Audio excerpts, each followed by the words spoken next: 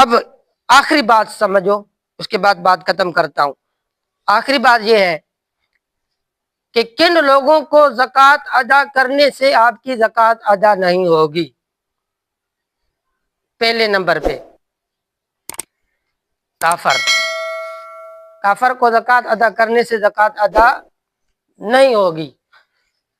Number دو، اپنے آباء و اجداد میں سے، اپنے آباء و اجداد میں سے والد کو، دادا کو، پردادا کو، نانا کو، پڑنانا کو، اسی طرح دادی کو، پردادی کو، نانی کو، پڑنانی کو، بیٹا کو، بیٹی، پوتا، پوتی، چلتے جاؤ باپ کی نسل سے، اپنے آباء و اجداد میں سے کسی کو بھی زکوٰۃ دو گے تو آپ کی زکوٰۃ ادا نہیں ہوگی۔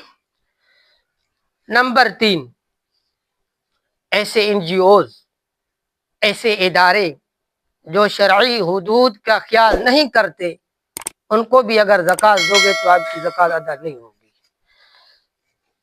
نمبر تین، شادی بیاہ کے فضول رسموں میں، فضول کا لفظ استعمال کر رہا ہوں، شادی بیاہ کے فضول رسموں میں زکوٰۃ کا پیسہ مت دیں۔ نمبر چار، آل رسول، پیغمبر کی اولاد، پیغمبر کی اولاد 5 قسم کے خاندان ہیں، یہ باتیں نوٹ کر لو۔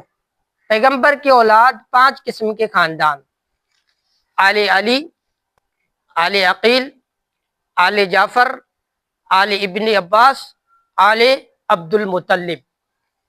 سادات کا مقام و مرتبہ ہے، عظمت ہے، رفعت ہے، بلندی ہے، اس کو یہ میل کچیل دیں گے؟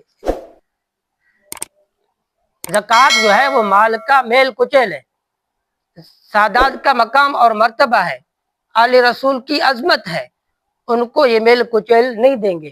ان کو تو ویسے ہدیہ دے دو، تحفے دے دو، ان پر لٹا دو مال، اپنا سب کچھ لٹا دو۔ ان کی خدمت کرنا ہماری سعادت مندی ہے، یہ ہمارے پیغمبر کی کیا ہے؟ اولاد ہے، لیکن وہ صحیح العقیدہ ہو۔ اپنے پیغمبر کی اولاد پہ سب کچھ لٹانا ہماری کیا ہے؟ سعادت مند